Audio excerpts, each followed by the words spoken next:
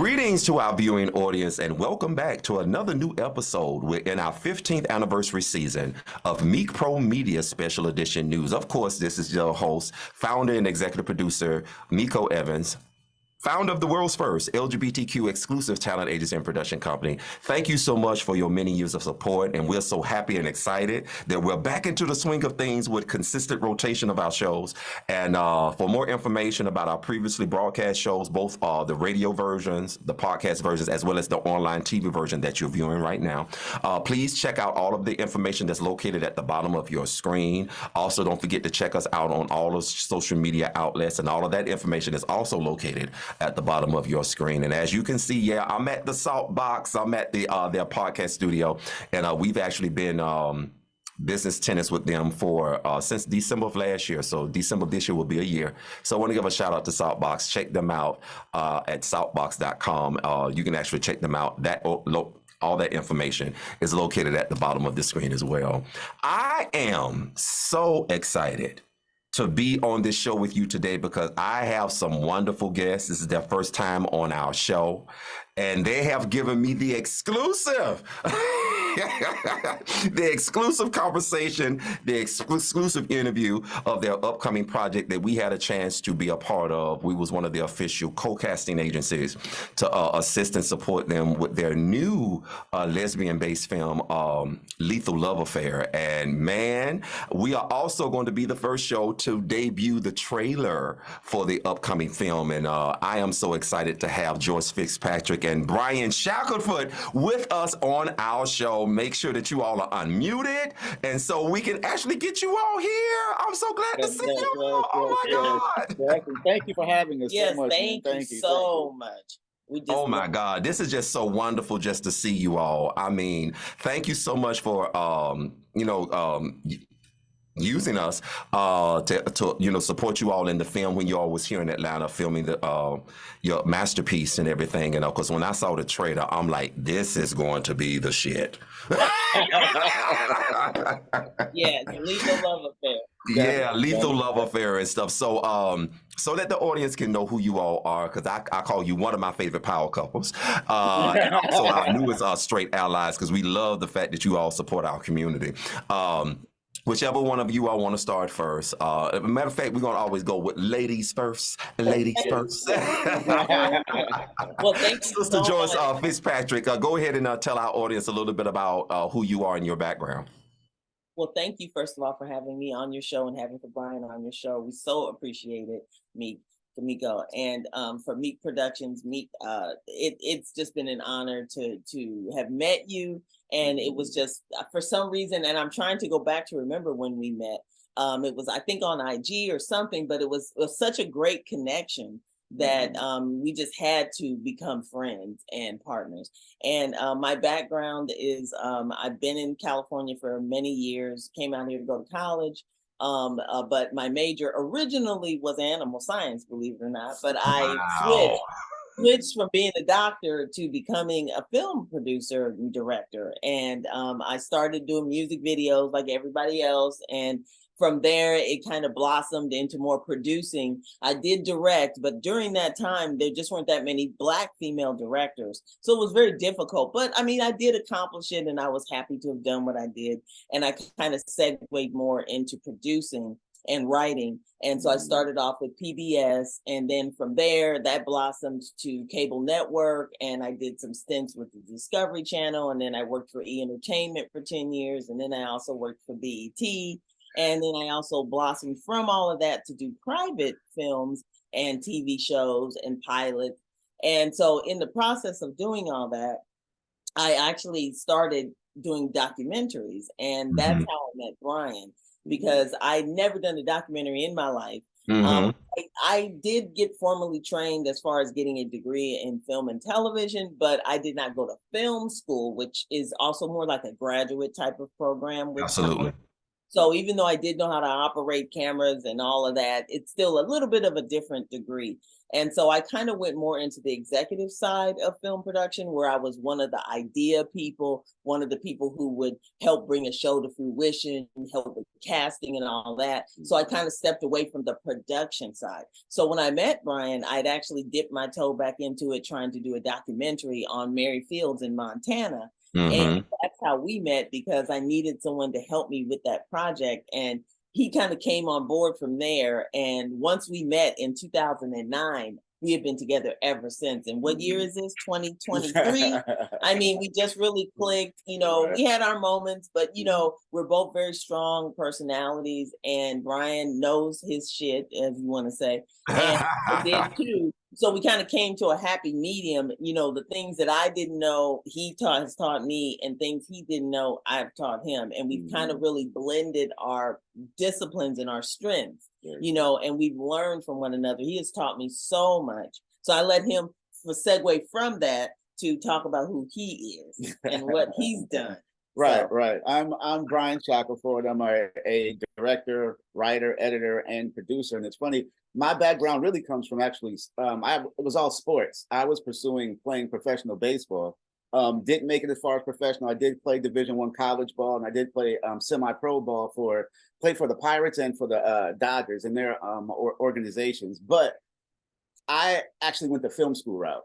And because I remember when I first went to college, I was at a college where that was the first time I got hurt. And then I'm like, okay, well, I'm interested in film. Let me start taking film classes.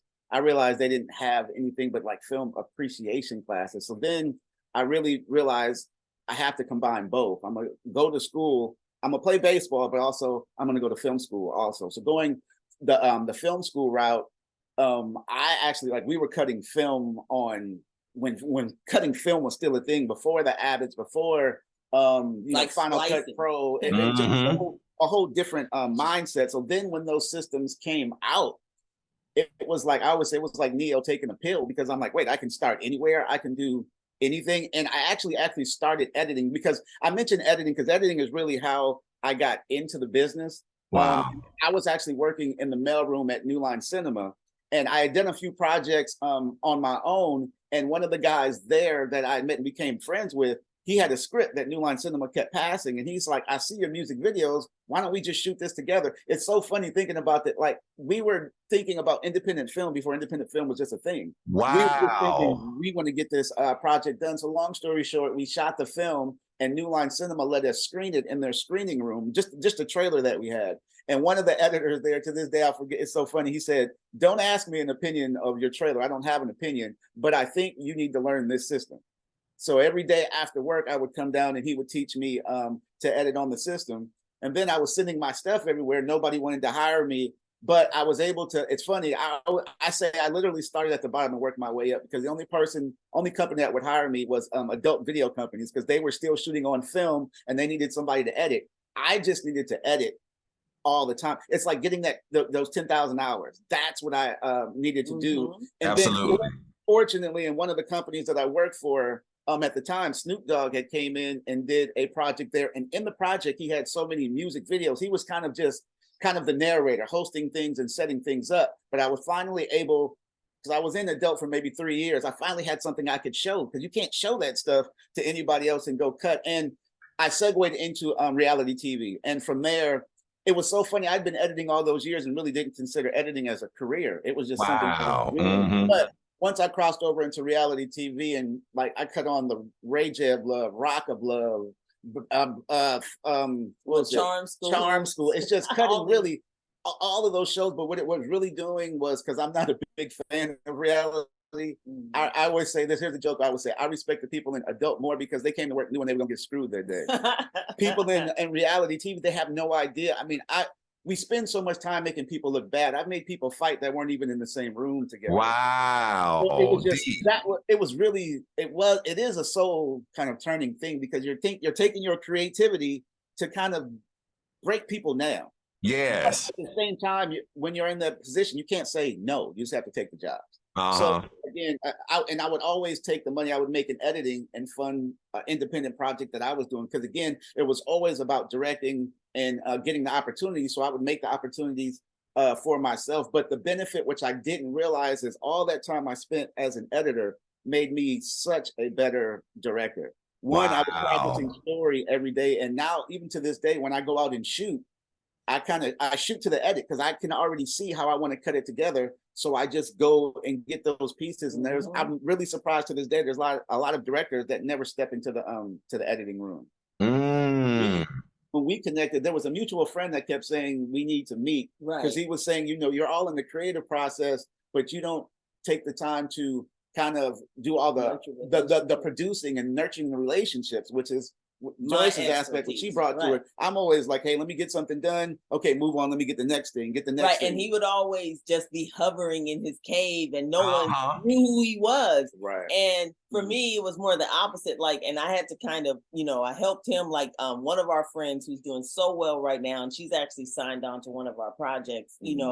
The girl she's one of the stars of the TV show Harlem. Her name is Shaniqua Shande. And she is probably well known in the LGBTQ community as well. She's been grinding for a minute. Right. And I met her through another mutual friend who was a casting agent for Disney, who used to be an actor on those reality shows for MTV. And she was sort of like my godchild. And I've been nurturing her since she was 18. She worked at my PBS affiliate. So we became friends. And, it's interesting how you may help a person do one thing. And for whatever that one thing is, it kind of helped. Just like what you were saying with you coming onto our project and how we become friends and relationships and all that. My friend who was the casting director for Disney, when she was very young, she was on MTV Road Rules. As one of the leads, she was a regular. And before she got the show, we were all working at the PBS affiliate. And I remember when she auditioned for Kersey Warner, and she came to me bummed out saying, "Oh, they're not going to pick me. I'm not going to get picked." And I said, her name is Msada Nia, spelled Msaady. She's got a very unique name. And she spoke several languages because her father made her and her family learn Spanish, learn French and all this, because he said, you're going to maybe need that one day. And she's absolutely. And I told her, I said, because of your unique name, because of the uniqueness that you bring to the table, I know MTV is going to hire you. But she didn't believe me. And she ended up getting the job. She came running into the TV station the next day saying, they hired me. And because of that hire, she ended up touring the world.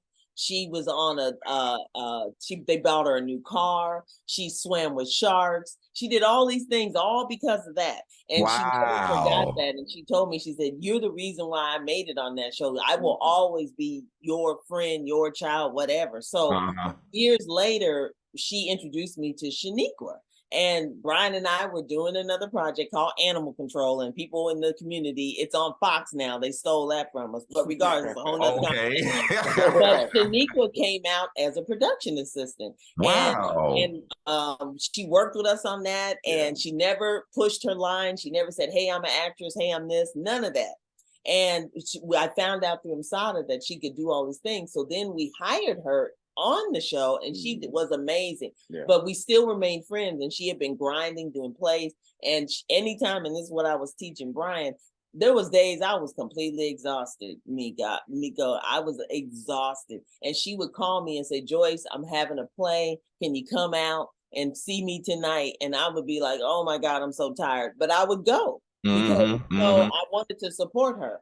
And throughout the years, she's been doing this stuff. And now look, and now she's on this show. And this girl will call me in the middle of the day. Hey, Joyce, how you doing? And I'm like, why are you calling me? You want to make a show, But that she's a very genuine person, and that's when you've nurtured those relationships for years. These people know that you are the real deal. You're not trying to get around them because of what they've been doing.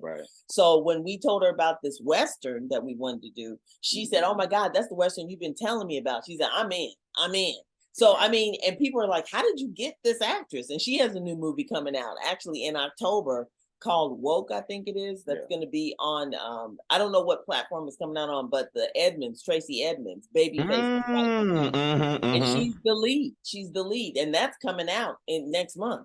So, you just never know the connections that you made. And so when I met Brian and we, I told him, I said, definitely he has the talent, but you also have to learn to deal with people. Sometimes there may not be people you really like all the time, but you got to nurture those relationships because those same people, if they like you, they're going to come to you. Because a lot of the things that we have done in our world of filmmaking has been because of my relationships with people. People will contact me out of the blue and say, hey, Joyce, can you do this project? And I'm like, what project is that? But I've just nurtured these relationships throughout the years of my life, and it has come back to help us, You know what? One of the things that I love about everything that you're saying is because I stress this with many of our talents that you have to go out. In other words, you have to get out of your own backyard. You have to get out of the house. And especially those of us who are creatives, we have to realize that in order to continue to create, we must have recreation. You know what I'm saying? We can't just stay within our little bubble and just create when if we don't get out and enjoy life. As it is written, I've come that you may have life and that life more abundantly. And so in order to enjoy that abundant life, we got to get out the house. So, like I said, because I'm an artist too. I said, and also being an artist / entrepreneur full time, I had to realize I was busy working and creating to where I almost had to realize I had to sit back down. Life is just passing me by. You know what I'm saying? And you have to have that work life recreation type life balance so that you won't miss out on all there is in this planet, in the universe. And so I'm so grateful that you talked about that, because even with our talent agency, we have to constantly remind people that, hey, you can't just be stuck on social media. You got to get out the house and you got to network. Yes. You know what I'm saying? I said you got to network. You got to go out and establish relationships, and don't just look to people for just what you want. Learn to establish real relationships, especially if you connect with genuine people that are passionate about what they want to do. You know what I'm saying? And it ain't always about the money, because see, every opportunity ain't gonna always be about a paid gig. Sometimes it's those publicity only gigs that can get you the big deal. That's very true. It's definitely a networking business. And right on what you're saying, I've heard so many people say this, but after personally experiencing it, it's about being in the networking in that room, but also you will make more and get further if you can provide a service to people that other people can't provide. Absolutely. Of being of service and knowing, hey, I heard you needed this. I can't do it, but I know this person that can do it. It's really that connection, because at the end of the day in entertainment, it's harsh, but it's the truth. If you're not in the room, you don't matter. You don't matter. If they don't see but you have. you, But the thing of it is we are always so taught that the only way to get in the room is through the front door. No, there's a back door. There's a trap door. You better tell it.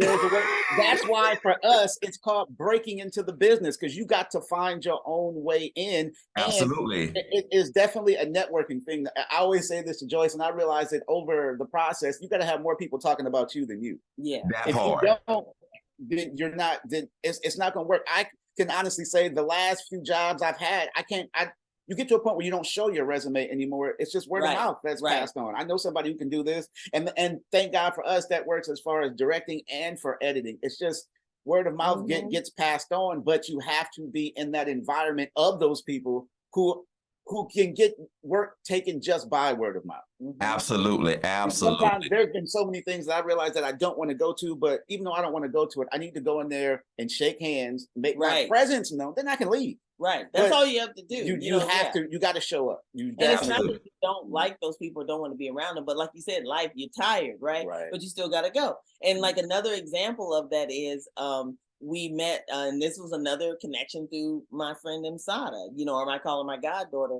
There was a very small project, and that's what I always never turn down. A lot of these little shorts and things like that. There was a guy who was doing a short, and Brian and I were dating at the time. We weren't even living together, and I didn't know this guy from Adam, but his email, it even seemed very sophomoric, like he was in college or something. But I didn't know. So he's looking for a producer. So I ended up meeting him, found out he was a grown man. He was East Indian, and we met, and we really connected. And he did a really amazing short. I met so many, and all of the people that were in his short are on all kinds of TV shows now. Wow. Because had cast them. But we hit it off. And we've been friends ever since. And when he got married or was getting married, he introduced us to his wife to be and everything. And then he said, well, his wife asked me, she says, Joyce, you know, I'm originally from Greece. She said, and we're getting married in Greece. Will you and Brian come? I came home. I was like, I don't know about you, Negro, but I'm going to Greece. And and everything just lined up, and we went. I mean, and it was so funny. There was no hesitation. There was no like, let me think about it. And I think right before that, they had it was like a plane accident or something. And like my family, his family, they were like, oh, don't go.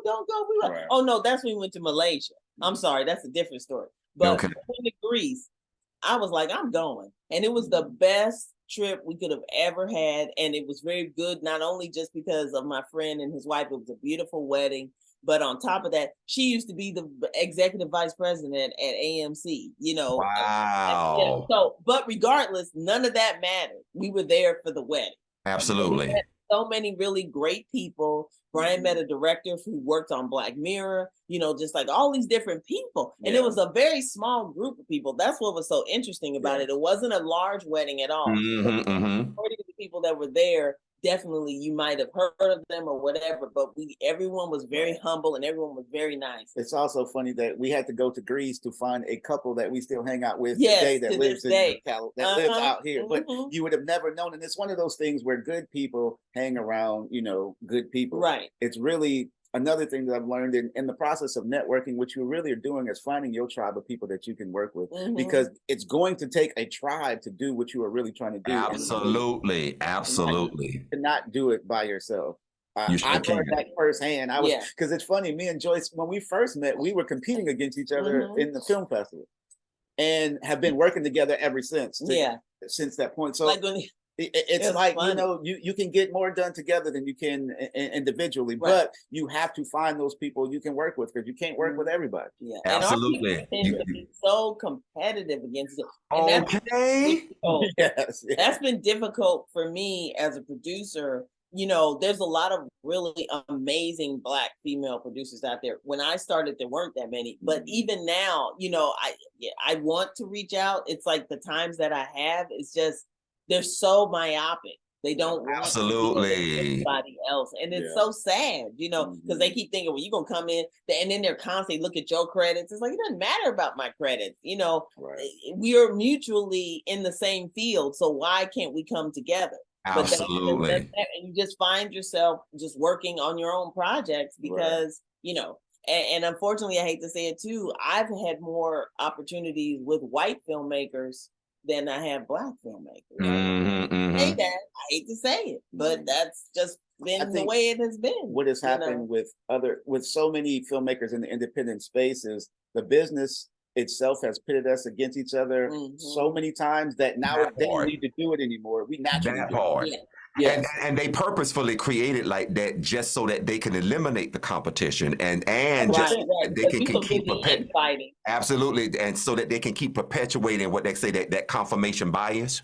You know what I'm saying? And so so that's why on that note, that's why it's so wonderful to see you two come together, because you know they also find ways to pit, you know, the genders and the sexes against each other as well. And so for you all to be together the way that you all are is just so beautiful. As a matter of fact, before we go to our only commercial break, tell us, we already know when you all met, but tell us when you all had that spark to say, okay, this person may be dateable. Okay, well, believe it or I may not, marry this person. Okay, this person may be the one. You know, so when did you all come to that realization?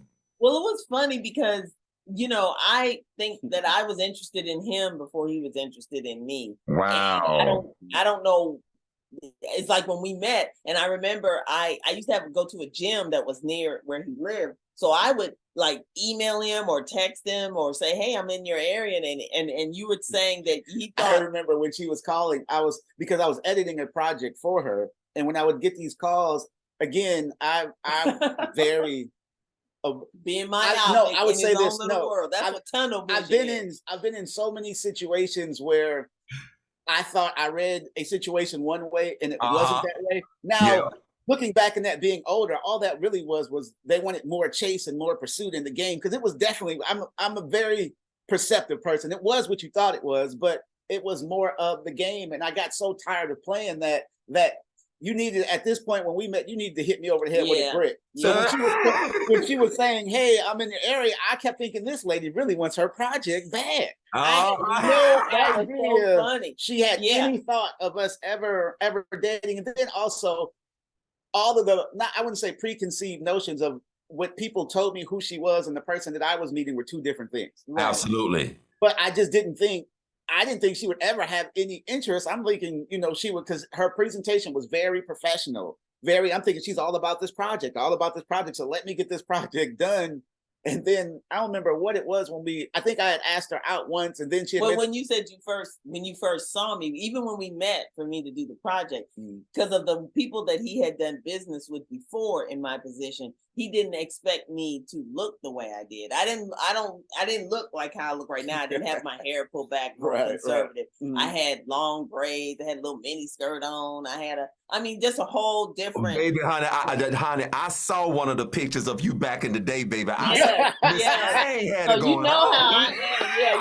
know. My friends laugh now. They said, "Joyce, you all conservative." I was a little cutie back in the day. So when I met him, he was like, "Is this the same?" At that time, was I the person that was reaching out to him to do the project? Because he kind of expected me to be like tons of books and nerdy glasses, and I wasn't any of that, But I would say that, honestly, the first time I ever paid any attention to it was honestly the first time that we met, because when we talked about her project, we discussed the project. I think we talked till like 2 or 3 in the morning and didn't do any work. Right. Wow. Talking about the project. But I had just thought, like, I had never had that kind of connection with anyone. But at the same time, I was just thinking, but she's so professional, she would never really be interested in what I'm doing. So I just left it alone. But I was just like, we talked the whole night about everything with film, and I was apologizing. Like, I'm sorry, we didn't get no work done. I know we didn't, and I was there for him to edit, and we didn't do any editing. And it's funny because of the way Brian looks.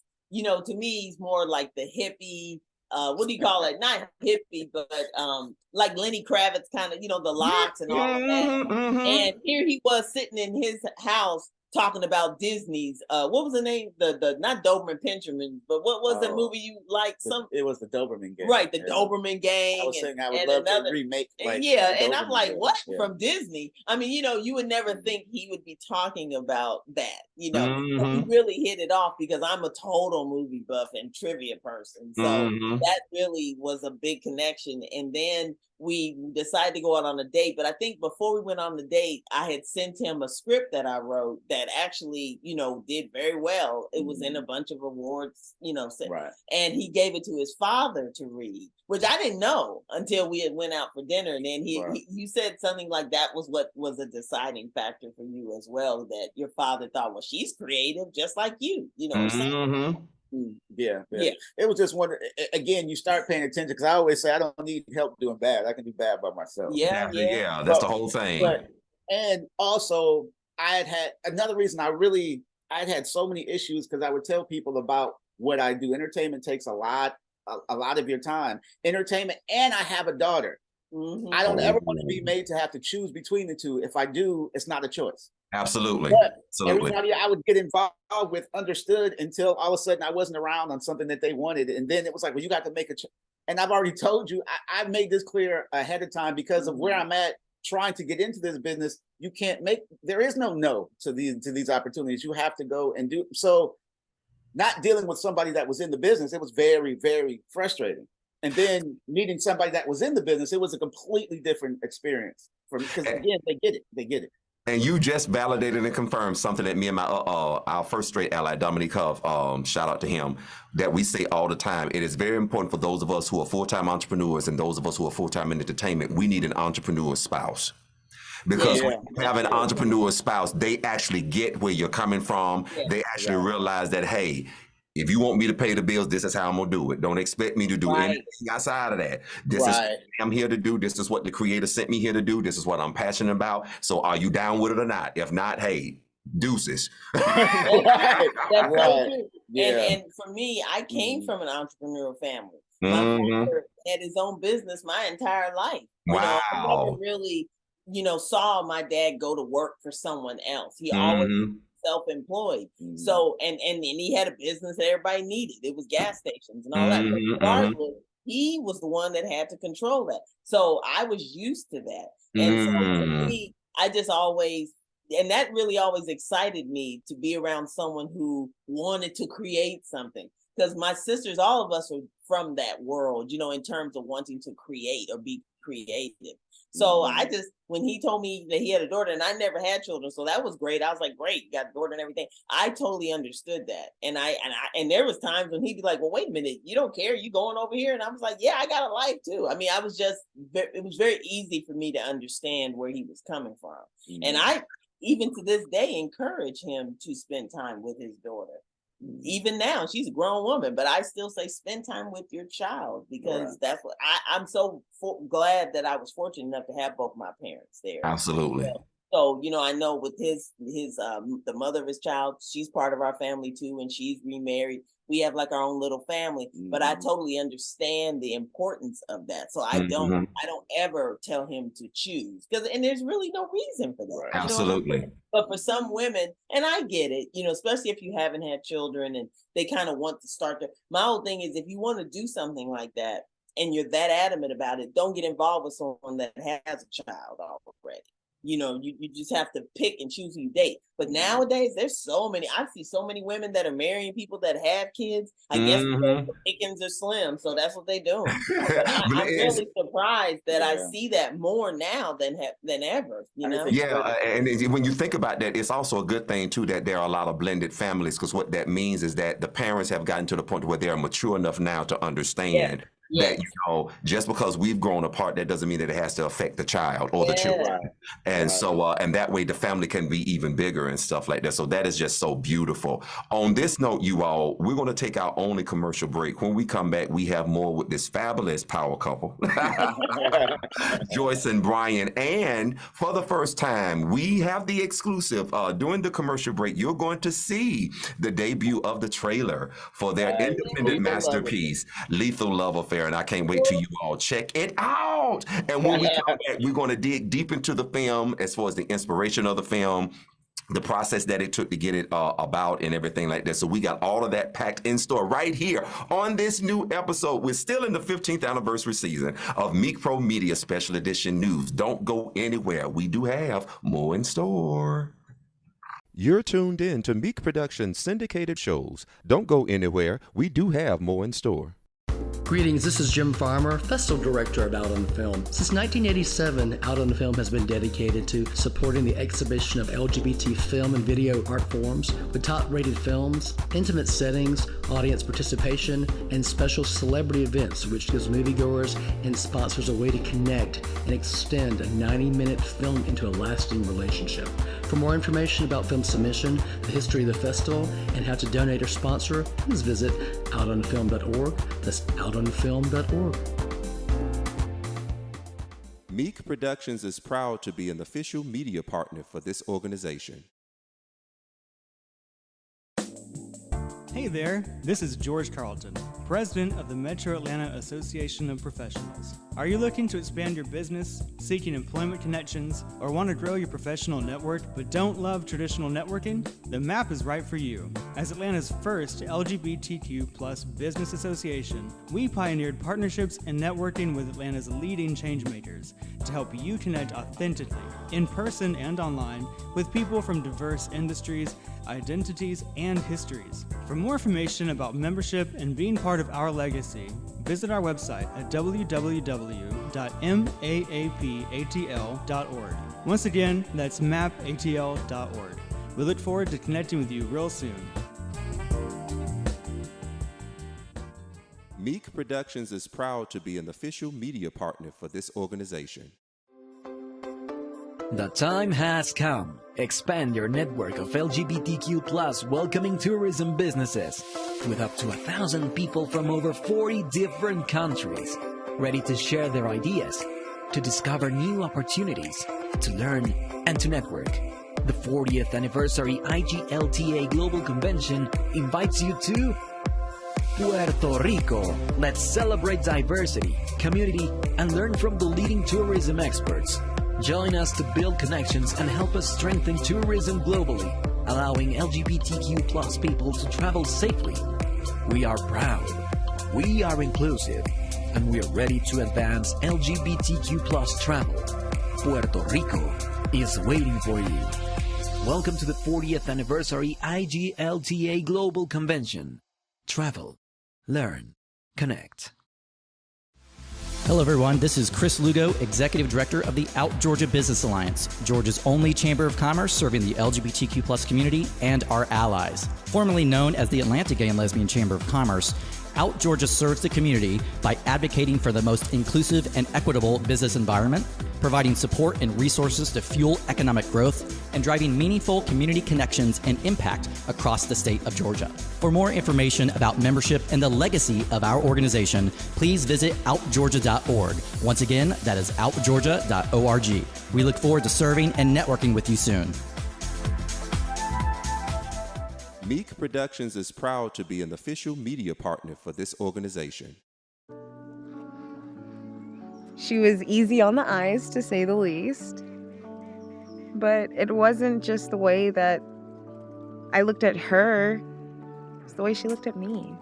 And when things were good, they were really good. But when things go bad, get your shit. They go bad quickly.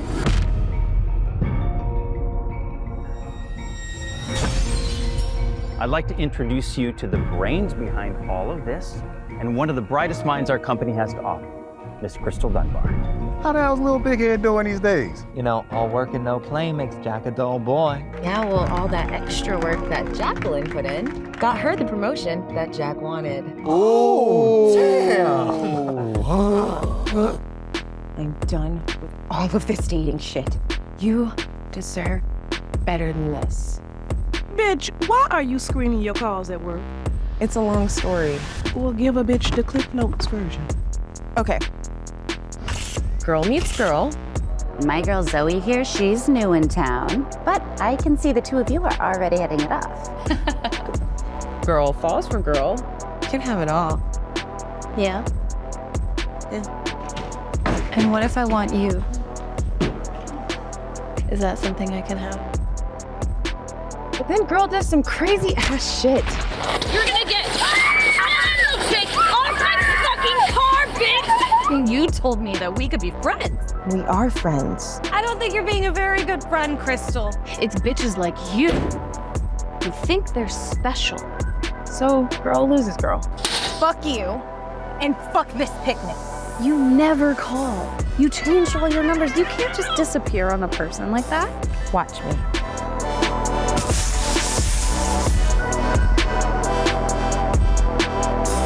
What the hell are you doing here, Zoe? I'm trying to prevent a good thing from going bad. You are dead to me. If we can't be lovers and we can't be friends, what reason is there for you to be at all? I mean, honestly, she's starting to scare me a little bit.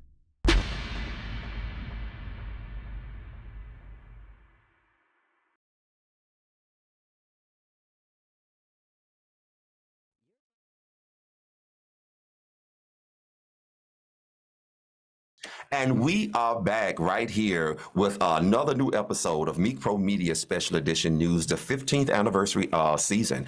And so, of course, Miko is still here, hosting the very best in community news and special guest interviews.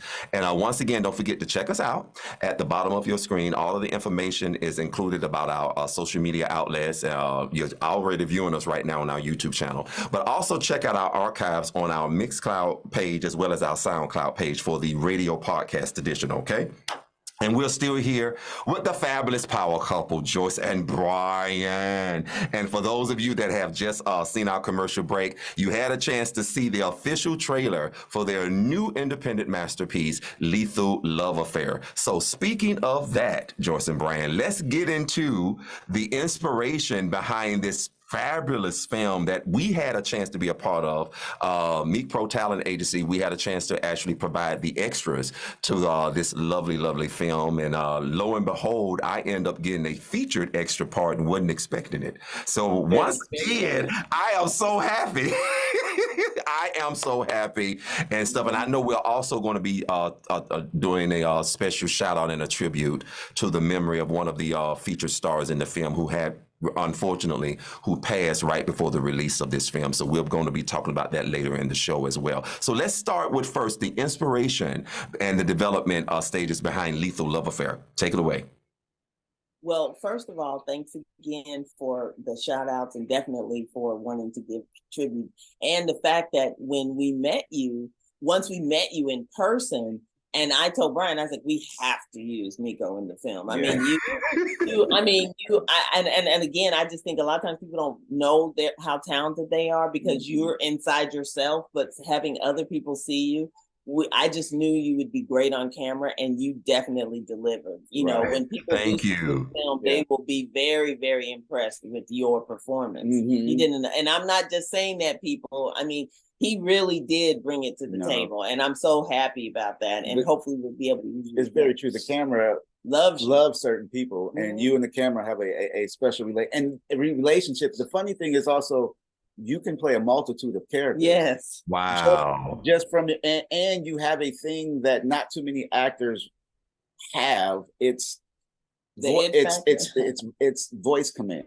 Your voice command and the diction and just how you present different words, it becomes a completely different character. Like already in the stuff that we're writing and working on now, would love to use you again because you can play so many different characters. And I was in the little bit that we used, I was highly impressed, and I'm like, oh, we just scratching the surface what we can do with absolutely. Wow. And that's why I'm so excited that you all are a part of working with us in our vision, and I'm so grateful that we do have this connection, and I know it's genuine. That's what I love about it. It's just so genuine and stuff like that. So without further ado, let's get into Lethal Love Affair. Whose idea was it to create this particular lesbian thriller? Well, technically, it was Brian's idea to make it an LGBTQ lesbian portion because of having LGBTQ in our family. So we just thought this is kind of paying a tribute to that, to let them know that we support you. Absolutely. And originally, because like I said, with me being the old lady film trivia person, I'm always making him watch movies from a long time ago. Like small story to get into that. But I remember when we first started dating and I said, have you seen War of the Worlds? And he's like, yeah, you with Tom Cruise. I was like, no, the original. Yeah, the original War of the Worlds. But he didn't know about that, which I was shocked. Going to film school, I would think they teach that. So anyway, he saw it. He's like, oh my God. I said, yes, this is the original. But that's all from me being raised around movies and loving movies. So I told him about Play Misty for me. And he was like, what's that? Another one of your old movies. And I said, yeah, but it's a Clint Eastwood's directorial debut. And I said, it won all these awards. I remember being a kid, everybody talked about Play Misty for me. So we rented it on Amazon. He watched it. He was like, oh my God, we need to redo this movie in our own way. And that was the inspiration for it. So, and him putting the twist of the LGBTQ made it even more interesting. And we loved how it came together. We'd still sit back and talk about, wow, we talked about this and now it's actually happened. The way things aligned, because we had also had the distributor that put out my very, very first film has him had been following Joyce on social media and had been really wanting to work with Joyce, trying to find the right project because he loved the energy and wanted to find a female director. And because we were originally and still going to do this project, we were trying to agree on a price point for a Western that Joyce said he had seen the documentary, and we talked about the idea and loved the idea. Just the price point and finding the talent wasn't lining up. But I could tell that Maverick really wanted to work with us. So that's when we had presented, after having this conversation, I presented them here's 5 films. Let me know if you're interested in any of these. And he had loved the idea that we had, because at the time it was actually called Simple Attraction. And what I did is once I saw Play Misty for me, it reminded me so much. I went and watched Fatal Attraction. And I was like, now this is what we're going to do. We're going to make a modern retelling of this story. Right. So it's like a combination. Exactly. A combination of the two. And that's the story that we went in and wrote. But the beauty of this was the first time we've ever done something that was completely financed. Like the company gave us the money to do the entire film. We've never been in that experience before. And that goes back to what we were talking about earlier about fostering relationships. Again, this is the company that put out my very, very first film. Their production model has changed so much during that time, but fostering that relationship, it's like, hey, I want to come back and I want to work with you guys. And to finance the project, it's a beautiful thing for an independent to go into a project where financing and distribution is already taken care of. You just have to finish and deliver. Wow. So that was exciting to be able to go in because we had never been in that position before. And it just really allows you to get more creative when you're not kind of scrimping and scraping for every dollar. And we still ended up because the film was bigger than what we thought it was going to be. 100%. So because of that, it started off, we were trying to work within the budget that was allotted to us. Right. But when we saw what we could get as far as the people in it, such as yourself and different, we were like, we gotta, we're gonna have to come up with some more money. So I'm on the phone begging and crying to relatives and everybody else. I'm telling you. And that's just the way it had to be, but the final result, when you see it, I mean, just you seeing the trailer alone and your audience seeing the trailer, when you guys see the actual film, you're just going to be so impressed. Every dollar went into that film. It did not go in our pockets, even if some people may believe that it did not. It all went on the screen. And just I'm so happy with and I haven't even really seen the complete film because I refuse to see it. I want to see it with the audience. I've only been seeing, you want to get excited. I've only been seeing but I'm seeing the quote unquote dailies, which is just different scenes.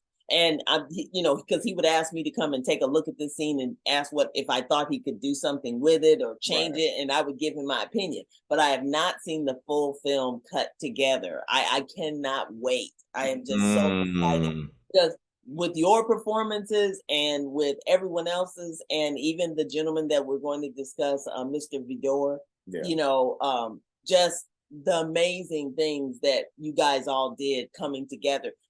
There was not one person that was wasted in this film, from the extras to the leads to the recording. I mean, everybody definitely made this film look good. Really, because some people will look at extras and be like, they're just extras in the background. But in our film, in this particular film, everyone made an impact. Right. So for all those people that are part of your casting that came on board, please let them know that I believe they're really going to be happy with what they see. Right. They will be so glad they did this film. It's an independent film. And that's one of the things that we specialize in doing. It's an independent film, but it has a huge, big budget look and feel to it. It's really special. If you can have creativity and a few talented people, you really don't need as much money as you think. Right. Absolutely. The money goes into when I want to have your whole entourage on and we want to put them up in trailers. Yeah, your family. It's a lot of the fluff. They do a lot of waste. If you take all of that money and put it on the screen and the level of creativity we had to be, because like the issues we had, like we lost losing our original DP 4 days before we were supposed to start shooting, and his camera package, and finding a whole new camera package, and then some of the things that we can use for this camera don't work because it doesn't connect with this camera, so we have to go the old school way and figure it out. To be able to do all of that, it was like basically going back to all the training you've ever had in film school and get a film, because this was the first time I ever thought, and I remember sitting outside, I don't even think I told Joyce this, I thought, can we give this company their money back? Because this never got to give up. It was so many issues. Everything that we came out there and planned, everything had changed. I couldn't believe that it was cheaper for me to fly a sound person out from California, because the rates people were charging me in Atlanta, because everybody was charging me, whether they had worked on a Marvel film or not, I was being charged the Marvel rate. Right. And I'm like, I got so sick and tired of talking to people saying, well, Marvel did this film here. And I was like, but you've never worked on a Marvel film. So what do you But and that to me also spoke to the ignorance. Absolutely. Like, why would you Whereas in California, people don't do that. Everything is based on your experience. Right. Absolutely. But I had so many conversations with people saying, well, Marvel filmed Spider-Man here, Marvel filmed the last, what was it, Iron Man? And I was like, well, what, did you work on that? No. Then why are you trying to get paid on that level? And then on top of that, and not only why are you trying to get paid on that level, when we see your resume, when we see your level of work, your work is not it doesn't matching the pay rate that you are requesting. And I said a lot of talents don't understand that. I said a lot of y'all around here thinking that you have arrived, but your work level and your skill level is not to that point. That's why I always live by, because I'm from the church background, and I always live by what it used to say: "Let the work I've done speak for me." Yes. And that's the way it's traditionally been. And I don't know what it is about, whether it's our age or not, but the newer generations, they don't want to do the work. They just and I've heard this so many times. They come out, well, I'm gonna be a millionaire by the time I'm 20. I'm gonna be a millionaire. And I'm like, what are you they just don't want to do the work, and they really believe the hype. They really believe that they're coming out of the womb. Social media. No, you're not. Yeah. And I've sat up in some of these film classes also and hear, even the instructors are teaching them, you don't come out and work for free. You fake it till you make it. The problem is in your faking to make it, you need to be developing the skills that it takes to stay there. Yeah. That's right. Wow. Everything you just said is just blowing my mind, because it's like, they shouldn't be teaching that for whatever reason, because we're a little bit older. The younger, like 30-somethings that are going into these colleges, they're thinking that way. So they're thinking that's how they should tell their students, but they shouldn't be telling them that. And because if they look at their parents didn't do that. Yeah. But yet they're going to be trying to teach, that to these students. It's insanity. And they don't realize that, you can fake it till you make it all you want to, but there's going to come a point to where once you get there, you forget you got to maintain. Right. Yes, and you have to prove that you're there. Prove. You know what I'm saying? That's why it's best now, while you're on the base level, start proving your worth then. Yes. So that when you get there, you can say, hey, I've earned the right. Right. You know what I'm saying? You can be like the Jennifer Lewises. You can be like the Viola Davises and all of them that say, wait a minute, I've earned the right. Yeah. I think you hit it right on the head when you said your work has to speak for itself, because your work is going to get into rooms your body physically can't get into. Absolutely. But once I see your work, now we can have the conversation. But a lot of people, they just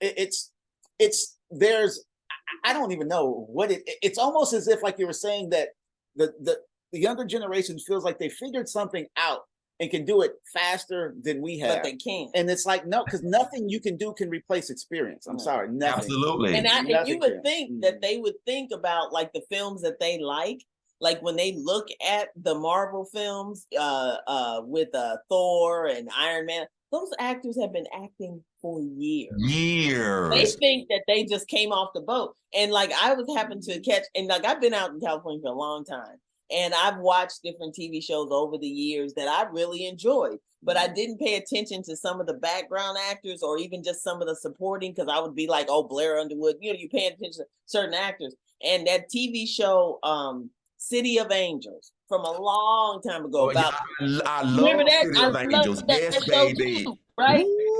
Yes. And do you know, I happened to catch it on YouTube. They're showing some of the old episodes. And I said, oh my God, I didn't even know Viola Davis. Yes, she was. That's how I was introduced to Viola. From City of Angels. And I didn't know, I didn't pay any attention to her in that show. I didn't realize who she was until many years later. And then I saw an episode that Octavia Spencer came on and did. Absolutely. But again, but we know this. They have been out there for a minute. They've been grinding.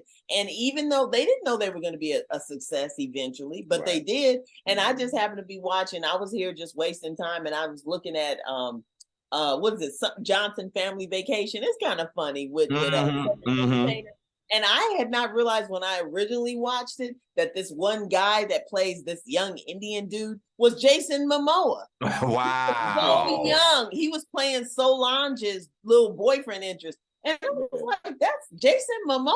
But he's been grinding for a minute. And he don't look anything like he did then. He was so young. But it's again, people paying their 10,000 hours, but people think that they just come on the scene just now. The problem is, especially with social media and everything, the story of the overnight success is more attractive than the person who's been grinding for years and years. Absolutely, absolutely, absolutely. They don't want to tell that story. And even when that person does make it, they only tell half of the story. Like, we're going to tell you starting from here because this sounds better that you did this, and all of a sudden Hollywood finds you. No, it's like you were saying also, you got to come out of your comfort zone because Hollywood is not going to come to you. You got to be willing to go to it. If you're not willing to do that, and sometimes that means moving out of the town you're in because there's no work. Absolutely. Sometimes you just need to relocate for that one job and then go back. It really 100% really comes down to how bad do you want it. Yeah. And for some reason, Atlanta, I don't know who started it, but somebody went to Atlanta and was like, wait a minute, we need to start utilizing this place. Because for it to have grown as much as it has in the film industry is amazing. But they deserve it. And I'm not saying they shouldn't, but before it was Los Angeles and New York. Yes, it was. It was. And now they have definitely made their mark. They still have a little bit of ways to go because the different people we talk to, when people go down there to do their projects, you're still running into what we were talking about, where the ignorance of, well, Marvel filmed here, but it's like you don't have Marvel skills. Right. But they are about, from what we hear, people say they're about 10 to 15 years behind. But they're going to eventually catch up. You have to remember that this is still, and I have to always remind transplants, because I'm an original Atlantan. I'm born and raised, and so I was here in Atlanta before it became the ATL, before the Olympics. Right. And so a lot of people still fail to realize that this is still the Confederate South, and there's still a lot of things that people that come who are transplants that come here, they still don't realize. I said, the South is a totally different beast that you have to work through and that you have to work with. And I think a lot of people kind of get that twisted and stuff like that. So, but I'm so glad that you all talked about all of this, because all of this play a part in what you are supposed to do as a creative, as an artist, and how you have to make sure that you hone your craft and that you master your craft. So thank you so much for saying all of this. Let's get back to the film, because it's very important that we highlight the process and how you all was able to pick the actual features, the feature actors for this particular project. Tell us how you went through that process briefly. Well, that was very interesting because Brian, like I said, we try to foster all these relationships nationwide. And we met a director at the American film market, a female who her and I bonded very well, but she lives in Portland, Oregon. And they were doing a project called This Is Fine. It's still a great project that I'm a part of, and I hope it comes to fruition. And it also has an LGBTQ component to it. Anyway, she said, Joyce, I'm directing this TV pilot. Do you think you can come out and help me? And I was kind of hesitant at first, not because of the project, but I just didn't feel that well, And Brian was like, you need to go. And I was just like, oh my God, I haven't been to Portland in years, So I decided to go. It was the best decision that I ever made, that he made me do, because we discovered Chandra, I think that's how you say Angela's last name, but she plays the antagonist in Lethal Love Affair. Wow. And I met her after seeing her performance there. I called Brian while I was there, and I'm like, we need to get this actress. Yeah. And I told her about the project, and she was willing. She just didn't even know she was going to get it. So we were able to get her, which was an amazing find. And then even the lead actress, even though she, that's a whole nother conversation, but her discovering her was still a gold mine for what she brought to the table and putting the two of them together. And, excuse me. And when I told Brian about them, he was kind of hesitant, because he just was like, he always has to vet everything. And so as a director, you're looking, there's something that is intangible that you're looking to between these people. Because my whole thing is, I've written a story that if you don't believe their relationship when it's good, you're not going to care about it when it goes bad. Right. Absolutely. So Absolutely. I need to be able to see this between the two people. And now our lead character, Yasmin, that we ended up casting, she also, when we originally rented her, she was helping us for casting. But there was something about her that like you embody everything that we're looking for in this Right, lead in this role. lead. Would you be willing to read for it? Because Right. at first she strayed away from acting, Yeah. and then she was like, she was everything that the lead was supposed to have. Now, and this is a great thing that I'll say, because this is something that I see talent do sometimes, because the girl Angela, one of the reasons I was on the fence with her is when Angela read the role, when she auditioned for it, because I was watching this through a kind of like a Skype, they were both online. Angela kind of dialed it in. Now, my whole thing is, I could see the performance she could bring from what she was doing. And when I talked to her afterwards, she would admit it. I dialed it in because first of all, I didn't think you were going to ever hire me. Talent, don't do that. You're sacrificing yourself out. Because I could have easily been, I'm not seeing what I want to see, but I'm like, oh, I can see it. It's just beneath this layer, because once she finally got it, and those two, there will be moments, especially when you see the film, there are moments where these two are just looking at each other, not saying anything. And you believe that's priceless. It's priceless. Wow. The energy and the dynamic. There was an electricity between those two on screen that there is no dialogue that needs to be said here. There's no word that can communicate. What you two looking at each other is communicating. But as a director, you don't want to have to go through all those layers to find that. I would say as talent, just always bring your A game. You need to almost go into it thinking you got it already. Absolutely. Or, well, I didn't really bring it everything, but I get a second chance, because sometimes you're not going to get that second chance. And I think you're not going to get that second chance at all. He was saying, the one good thing that Brian has a huge talent in, because if you saw our other film, Hidden Orchard Mysteries, it's a family film. It's completely different than this. But Brian has a really good way of seeing how actors interact.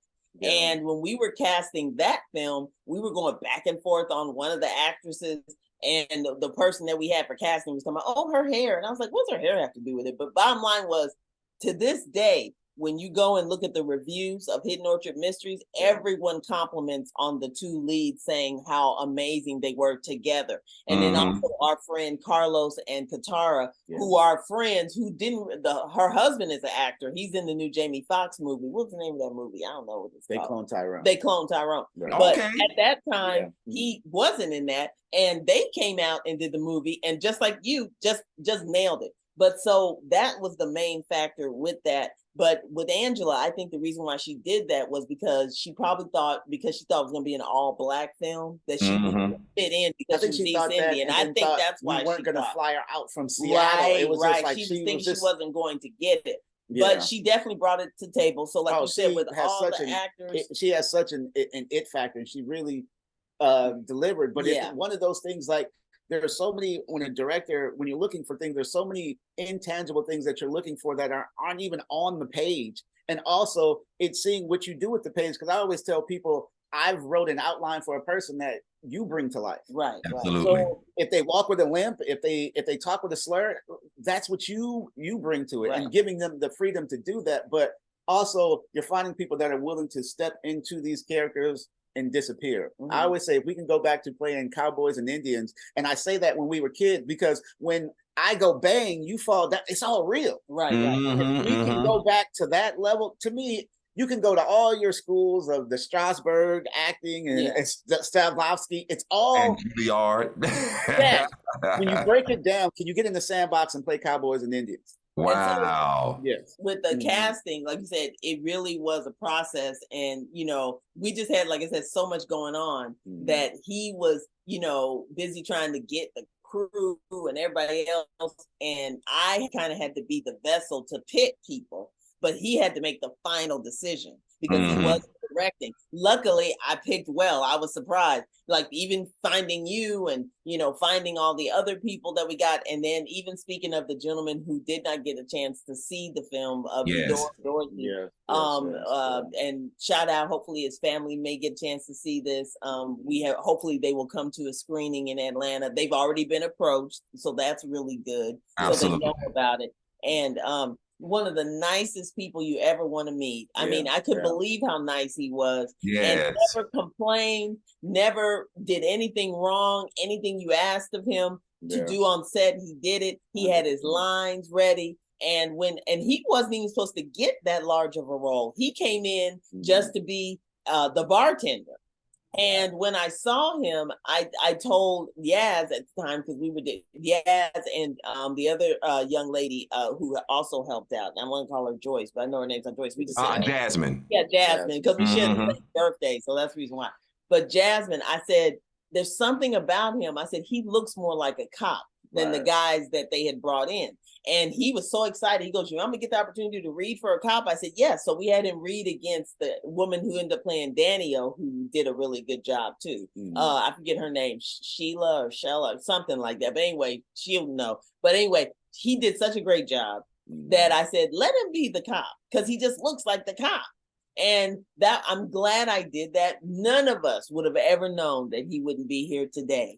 You know, and his family will always have that in perpetuity, because that film is going to be on streaming forever. You know, and for him to finally, and he was an author too, so he had 2 books. So the fact that this film is going to go much further than those books. Wow. So it's going to be, because you get to see him. You know? And he looked good on camera. You worked with him. Y'all worked well together. And when I heard that he had passed, he passed away from stomach cancer, which was very rare, but very quick. I mean, it was very, very aggressive. But they said he didn't even know that he had it. I mean, it's just so sad, you know, and all it does is teach you to live your life every day. And the fact that we were able to come together to make that movie, whether he was in it or not, you know, just, you got to live your life, because tomorrow's not promised. Tomorrow's not promised. And when we decided to make this movie, I'm glad we went ahead and just did it. And even with all of the other struggles, I ended up having to have surgery after the film was done. Didn't even know myself I had a brain tumor, which shocked me months later. But that was just something else that was piled on. But I was totally unaware of it, because it wasn't hurting me or doing anything. I didn't even know it was there. So there's just all these miracles that happened while we were filming this movie. So people, they may not appreciate it the way we will, but every time I look at that movie, I'll be like, wow, look at all the things that were happening during the time we made that movie. You definitely don't appreciate it when it's going on, because you're in the middle of it. Absolutely. It's one of those things that they always say, things aren't happening to you, they're happening for you. Absolutely. Because the level, not that, you know, our level of, I don't think confidence and expertise weren't high, but after going through, because I was so like, I got this DP, we got these lenses, I got this camera, and to be able to have all that taken away and still be able to get a film that looks the way this film does, that has the performances this film does, it teaches you a lot about yourself and a lot about, you know, like filmmaking is. Filmmaking, they always say you have to have a plan, then a backup plan, then a backup plan to that plan, because it's all going to go wrong, and then what you're going to do. But when it actually happens, it's a different thing. And again, you just got to find a way to finish. And to finish this film, you would look at this film and never believe we had any of the issues that we're talking about. You would never know unless you knew. You know, and like they say, God, they say make plans so God can laugh. Because,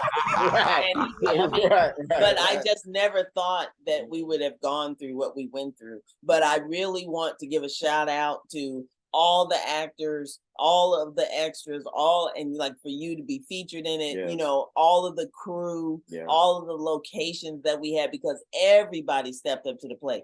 And I apologize in advance. Like I said, we still scrimping and scraping. I mean, all the actors to have been patient with us with everything, with the little bit of compensation that we could give. From down to the caterer, down to, her name is Gail. She hooked us up. Everybody ate. I mean, you know, we all were there by the hair of our chin. I mean, we really, really were. And just to be able to get it done, to see the final result, you know, everybody should be clapping and applauding themselves, because it really turned There's no out way well. We could have done that without everybody doing their part. It was definitely a team effort. But when you see it, man, and as many times, like I said, as editing, I've seen it more than anybody. I can't wait to see it. I still get emotional when I look at it, because it moves you and it hits all of those points.